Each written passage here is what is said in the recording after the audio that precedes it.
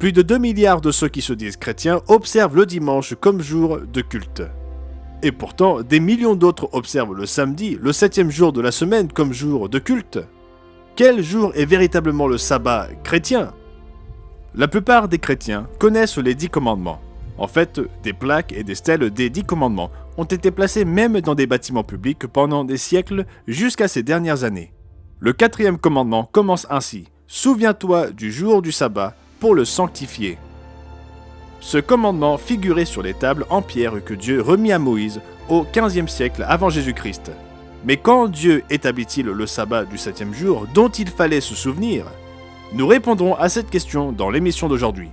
Lorsque l'Église chrétienne du Nouveau Testament commença le jour de la Pentecôte en l'an 31 de notre ère, les chrétiens du 1er siècle observaient déjà le sabbat du 7e jour.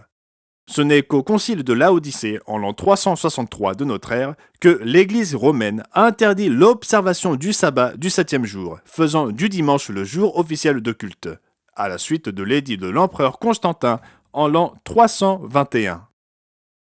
Alors le Dieu du ciel veut-il que vous l'adoriez n'importe quel jour? Que dit vraiment la Bible? Quel est le jour du sabbat chrétien? Le samedi ou le dimanche? Restez à l'écoute.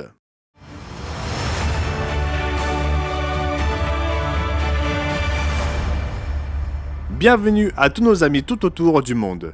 Le monde est secoué par les perturbations, les troubles et les stress prophétisés des temps de la fin.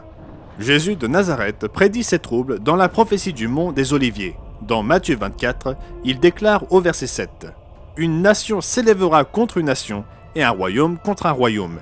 Et il y aura en divers lieux des famines et des tremblements de terre. Tout cela ne sera que le commencement des douleurs. » Mais il fournit également un moyen de faire face à ces tensions lorsqu'il déclara dans Luc chapitre 21 et au verset 19 « Par votre persévérance, vous sauverez vos âmes. » En ces temps agités, beaucoup recherchent la paix en pratiquant leur culte un jour particulier de la semaine. Diverses religions célèbrent des fêtes religieuses ou des jours saints.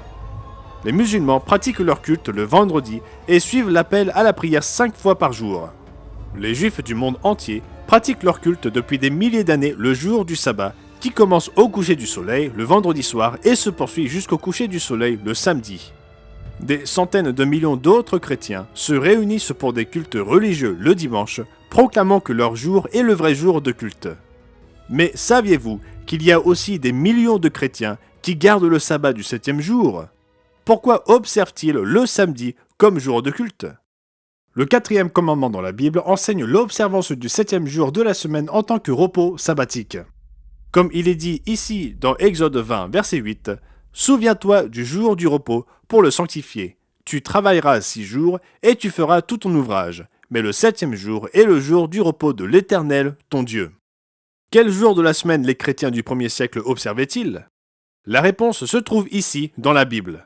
Dans l'émission Le Monde de demain, nous vous demandons de ne pas vous contenter de nous croire sur parole, mais de vérifier par vous-même ce que dit réellement la Bible. Les spécialistes de la Bible admettent que l'Église chrétienne du 1er siècle observait le sabbat du 7e jour. Mais beaucoup affirment à tort que c'était uniquement parce qu'ils étaient des chrétiens d'origine juive. Alors les chrétiens d'origine païenne du 1er siècle observaient-ils le dimanche comme jour de culte? Que dit la Bible comme vérité historique?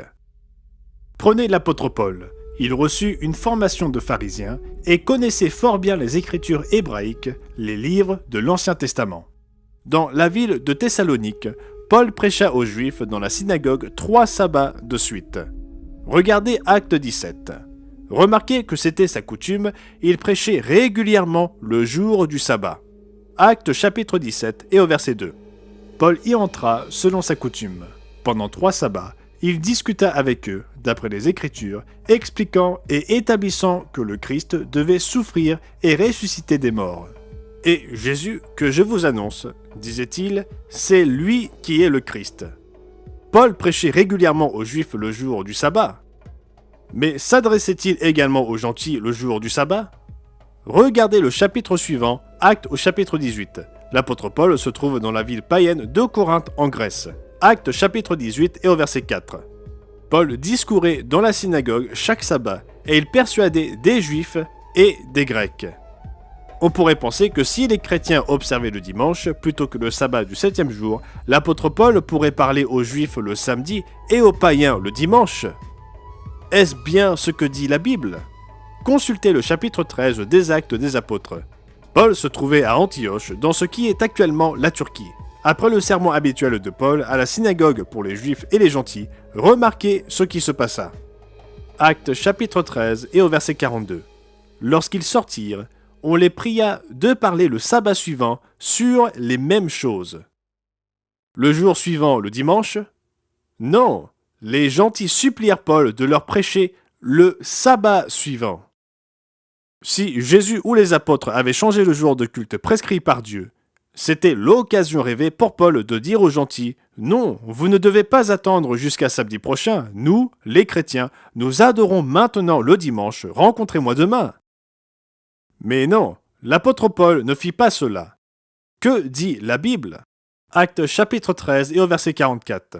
Le sabbat suivant, presque toute la ville se rassembla pour entendre la parole de Dieu. Paul enseignait aux chrétiens d'origine païenne le jour du sabbat, et il ordonna également aux gentils de Corinthe de suivre son exemple. Rappelez-vous l'instruction de Paul dans 1 Corinthiens 11, verset 1. « Soyez mes imitateurs, comme je le suis moi-même de Christ. » Ou comme la Bible des peuples le traduit, « Suivez mon exemple comme je suis celui du Christ. » Oui, Paul et Jésus donnèrent l'exemple à tous les chrétiens en observant le sabbat du 7e jour. À quelle époque le christianisme traditionnel commença-t-il à observer le dimanche comme le jour de repos au lieu du sabbat ? L'encyclopédie catholique sur le sujet du dimanche déclare ceci. Tertullien fut le premier auteur à mentionner expressément le repos du dimanche. Tertullien a écrit « Pour nous, suivant la tradition, le seul jour de la résurrection, nous devons éviter ce geste, l'agenouillement à la prière, comme tout ce qui exprime l'angoisse et la douleur et ce qui est de même nature, pour ne pas donner prise au diable. » L'observance du dimanche n'était même pas mentionnée avant l'an 202 de notre ère. Cependant, de petits groupes de vrais chrétiens continuèrent à observer le sabbat du 7e jour, même après que l'empereur romain Constantin eut imposé le culte du dimanche. Au XVIIe siècle, lorsque les chrétiens sabbatariens ont été persécutés en Angleterre, certains ont cherché la liberté religieuse dans de nouvelles terres, les colonies d'Amérique du Nord. La Charte royale de 1663, accordée par Charles II d'Angleterre, garantissait la liberté de religion à la colonie du Rhode Island. Cette charte peut être vue aujourd'hui dans la maison d'État de Providence, au Rhode Island. Dans la première partie de cette émission, nous avons vu que les chrétiens du 1er siècle observaient le sabbat du 7e jour. Non seulement les chrétiens de racines juives observaient le samedi comme sabbat, mais les chrétiens d'origine païenne aussi. Nous avons également vu que même les premiers observateurs du dimanche n'ont pas pris le contrôle avant le 3e siècle de notre ère. Nous avons également vu que c'est l'empereur romain, et non l'Église originelle, qui imposa le culte du dimanche dans l'Empire. Enfin, le concile de Laodicée déclara le dimanche comme jour de culte pour la religion catholique au 4e siècle de notre ère. N'est-ce pas étonnant ? Si le Christ établit le dimanche comme son jour de culte, pourquoi fallut-il plus de 300 ans pour que l'Église déclare officiellement le dimanche comme jour de culte après sa mort et sa résurrection ? Malgré les persécutions, les vrais observateurs du sabbat continuèrent à respecter le 4e commandement tout au long des siècles. Lorsqu'ils furent persécutés dans l'Angleterre du XVIIe siècle, certains fuirent pour chercher la liberté religieuse en Amérique du Nord. En 1663, le roi Charles II garantit la liberté de religion dans la colonie du Rhode Island, et les observateurs du sabbat du 7e jour furent les bienvenus. Les archives historiques montrent qu'un certain Stephen Mumford et son épouse arrivèrent à Newport dans le Rhode Island en 1665, en quête de liberté religieuse. Ils furent les premiers chrétiens à observer le sabbat en Amérique. Comme leur congrégation grandissait, ils avaient besoin d'une plus grande salle de réunion. Les sabbatariens bâtirent une grande salle de réunion en 1729. Elle est aujourd'hui conservée par la Société historique de Newport. Si vous vous trouvez un jour à Newport, Rhode Island, ne manquez pas de visiter ce bâtiment historique. Il est intéressant de noter que la plus ancienne synagogue juive d'Amérique est située juste à côté de la salle de réunion chrétienne du sabbat. Dans la salle de réunion sabbatique de Newport se trouve une chaire surélevée. Derrière la chaire se trouvent 2 grandes stèles sur lesquelles sont inscrits les 10 commandements. Au bas de la deuxième stèle, on peut lire la déclaration directe de l'apôtre Paul dans Romains 3 et au verset 31. Annulons-nous donc la loi par la foi? Loin de là. Au contraire, nous confirmons la loi. Oui, ces chrétiens du Nouveau Testament affirmèrent leur allégeance à la déclaration du Christ. Si tu veux entrer dans la vie, observe les commandements. Matthieu 19 et au verset 17. Jésus enseigna l'obéissance et l'observation des 10 commandements. Dans le Rhode Island du XVIIIe siècle, il y avait d'autres sabbatariens éminents, dont 2 gouverneurs de la colonie du Rhode Island, Richard Ward et son fils Samuel. Et même le premier président de l'université Brown, James Manning, était sabbatarien. Les registres de l'église sabbatarienne, conservés au musée historique de Newport, renferment les noms des membres et leurs contributions. De manière plus significative, l'Église se décrit dans ces registres comme gardant les commandements de Dieu et la foi de Jésus, et en particulier le sabbat du 7e jour du Seigneur. Au fil des siècles, les chrétiens du 7e jour ont continué à observer le sabbat. Ils le considèrent comme un merveilleux jour de repos et de culte. Aujourd'hui encore, de nombreux groupes restent fidèles à leurs croyances dans le respect du sabbat chrétien du 1er siècle. Maintenant, laissez-moi vous demander. Pouvez-vous prouver à partir de la Bible quel jour un chrétien doit sanctifier? C'est une question extrêmement importante. Celui qui devrait répondre à cette question pour nous est le fondateur du christianisme, lui-même Jésus-Christ. Si vous avez une Bible sous la main, reportez-vous à Marc chapitre 2. Les pharisiens reprochèrent à Jésus d'avoir transgressé leurs restrictions qui avaient été ajoutées au sabbat. Jésus n'enfreignit pas le 4e commandement, sinon il aurait péché. Il a rejeté la halakha rabbinique, les restrictions des rabbins. Mais en même temps, Jésus affirma le caractère sacré du sabbat et exemplifia sa bonne observance. Ses disciples ont profité de la liberté du sabbat en grignotant des épis de blé des champs. Ils avaient faim et ont profité de ce qui était vraiment légitime de faire. Remarquez la réponse de Jésus aux pharisiens, Marc chapitre 2 et au verset 27. Jésus déclara : « Le sabbat a été fait pour l'homme, et non l'homme pour le sabbat. » Remarquez également ce que Jésus ne dit pas. Il ne dit pas le sabbat a été créé uniquement pour les Juifs, car en fait, le sabbat fut créé pour toute l'humanité. Pour chaque homme, chaque femme et chaque enfant sur la planète Terre. C'est ce que le Christ proclama. Maintenant, à quel moment le sabbat fut-il établi?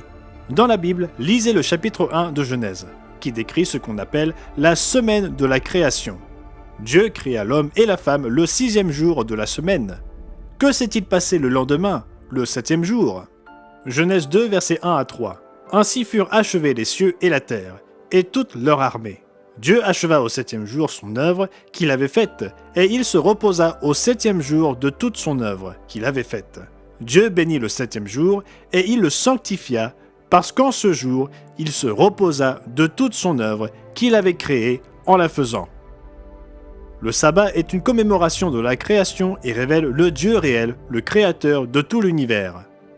Le livre des Hébreux, dans le Nouveau Testament, met également l'accent sur le sabbat en tant que préfiguration du sabbat millénaire, le règne de 1000 ans de Jésus-Christ ici-bas. Le sabbat du 7e jour a une signification profonde pour les disciples du Christ. Et Jésus fit une autre affirmation étonnante. A-t-il dit qu'il était le maître du dimanche, que le dimanche était son jour? Marc 2, verset 27. Le sabbat a été fait pour l'homme, et non l'homme pour le sabbat, de sorte que le Fils de l'homme est maître même du sabbat. Si Jésus est le maître du sabbat, quel jour est son jour? Le dimanche? Non. Le sabbat est le jour du maître. C'est Jésus qui le dit lui-même. Jésus observait le sabbat. En fait, c'est lui qui proclama les 10 commandements sur le mont Sinaï.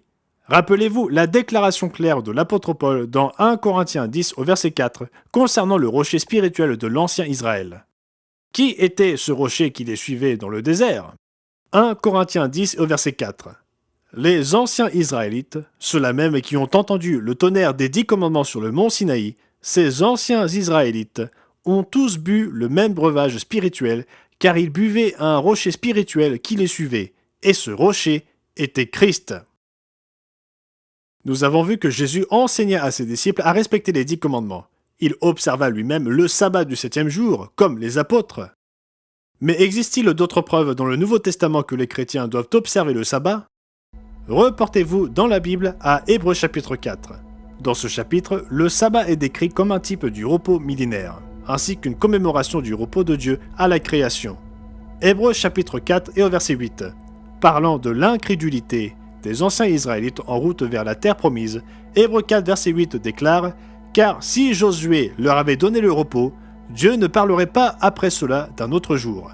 Il y a donc un repos de sabbat, ou sabbatismos, réservé au peuple de Dieu. S'agit-il d'un repos symbolique ou d'un repos sabbatique littéral?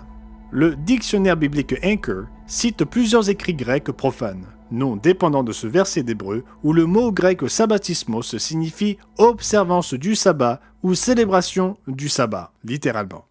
Il ne fait aucun doute que ce verset est une déclaration du Nouveau Testament sur l'observance chrétienne littérale du sabbat. Et remarquez cette importante déclaration dans le verset 10 d'Hébreux chapitre 4. Car celui, le chrétien individuel, qui entre dans le repos de Dieu, la conversion, symboliquement parlant, se repose de ses œuvres, et remarquez, comme Dieu s'est reposé des siennes. Si nous, en tant que chrétiens convertis, devons cesser nos œuvres comme Dieu cessa les siennes, nous devons simplement nous poser une question. Comment Dieu a-t-il cessé de faire ses œuvres? Le verset 4, Hébreux 4 nous donne la réponse. Car il a parlé quelque part ainsi du septième jour, et Dieu se reposa de toutes ses œuvres le septième jour. Il n'y a aucune confusion. Les chrétiens du Nouveau Testament doivent se reposer tout comme Dieu le fit le septième jour. La Bible est très claire à ce sujet. Tant l'Ancien que le Nouveau Testament, il donne aux disciples des exemples clairs et l'instruction de sanctifier le jour du sabbat. Comme le dictionnaire biblique encore le déclare, le respect physique du sabbat de la part du croyant de la Nouvelle Alliance tel qu'affirmé par le repos du sabbat est caractérisé par la cessation des œuvres en commémoration du repos de Dieu à la création et manifeste la foi dans le salut apporté par le Christ. C'est une déclaration remarquablement claire. La question fondamentale est la suivante. Qui ou qu'est-ce que vous reconnaissez comme faisant autorité? Est-ce la Bible? Ou une église, voire une religion en dehors de la Bible? Le célèbre théologien catholique James Cardinal Gibbons rédigea cette audacieuse déclaration. Vous pouvez lire la Bible depuis la Genèse jusqu'à l'Apocalypse et vous ne trouverez pas une seule ligne autorisant ni établissant la sanctification du dimanche. Les Écritures ordonnent la religieuse observance du sabbat, jour que nous ne sanctifions jamais. C'est une citation tirée de l'ouvrage de Gibbons intitulé « La foi de nos pères », imprimé pour la première fois en 1876. Et voici un aveu de Harold Lindsay, rédacteur en chef du magazine Christianity Today et ministre de l'Église baptiste, 5 novembre 1976. Les Écritures ne nous ordonnent à aucun endroit d'observer le dimanche au lieu du samedi en tant que jour saint. Il y a beaucoup d'autres aveux de ce genre sur ce point que vous pouvez lire dans notre brochure gratuite « Quel est le jour du sabbat chrétien ?» Mais laissez-moi en partager une autre avec vous. Cette déclaration est de l'anglican Isaac Williams, docteur en théologie, dans ses sermons sur le catéchisme, volume 1, où voyons-nous dans les Écritures que nous devrions observer le premier jour. Il nous est ordonné d'observer le septième jour, mais nous n'avons aucun commandement nous disant d'observer le premier jour. La raison pour laquelle nous observons le premier jour de la semaine au lieu du septième est la même raison pour laquelle nous observons beaucoup d'autres choses, non parce que la Bible nous le dit, mais parce que l'Église nous l'ordonne. Ce sont des aveux étonnants, et il y en a d'autres. Encore une fois, mes amis, je vous demande, quelle est la source de votre foi? Est-ce la Bible? Ou bien est-ce les coutumes et les traditions en dehors de la Bible? Jésus émit un très fort avertissement lorsque les traditions entrent en conflit avec les commandements de Dieu. Reportez-vous à Marc chapitre 7. De nombreuses églises ont suivi cette mauvaise voie, tout comme les pharisiens de l'époque de Jésus. Marc chapitre 7 et au verset 7. Jésus dit « C'est en vain qu'ils m'honorent en donnant des préceptes qui sont des commandements d'hommes. Vous abandonnez le commandement de Dieu et vous observez la tradition des hommes. Vous rejetez fort bien le commandement de Dieu pour garder votre tradition. » C'est un avertissement dont, je l'espère, nous tiendrons tous compte. Jésus déclara être le maître du sabbat. Il observa le sabbat et il n'enfreignit pas la loi comme certains théologiens l'affirment à tort. Comme il le dit dans Jean 15 et au verset 10, « J'ai gardé les commandements de mon Père. » Mes amis, allez-vous suivre l'exemple de Jésus-Christ et les instructions bibliques? Ou vous y opposerez-vous afin de suivre les traditions des hommes? Reportez-vous à Ésaïe 66 et au verset 22 à 23. En parlant du monde à venir, du monde de demain, Dieu annonce cette bonne nouvelle. Car comme les nouveaux cieux et la nouvelle terre que je vais créer subsisteront devant moi, dit l'Éternel, ainsi subsisteront votre postérité et votre nom. À chaque nouvelle lune et à chaque sabbat, toute chair viendra m'adorer, dit l'Éternel. Quel merveilleux monde ce sera! Au verset 18. Le temps est venu de rassembler toutes les nations et toutes les langues. Elles viendront et verront ma gloire. Croyez-le ou non, toutes les nations de la terre un jour viendront ensemble pour glorifier le vrai Dieu, le Créateur de toutes choses et son Fils Jésus-Christ comme Roi des rois et Seigneur des seigneurs. Et tous les peuples l'adoreront comme il le proclame à chaque sabbat. Merci d'avoir regardé notre émission. Mes amis, saviez-vous qu'il y a des millions de chrétiens qui gardent le sabbat du 7e jour? Pourquoi observent-ils le samedi comme jour de culte? Avez-vous prouvé à vous-même quel est le jour du sabbat chrétien? Si vous souhaitez obtenir un exemplaire de notre brochure gratuite pour vous aider à répondre à ces questions, cliquez simplement sur le lien dans la description. Elle est entièrement gratuite.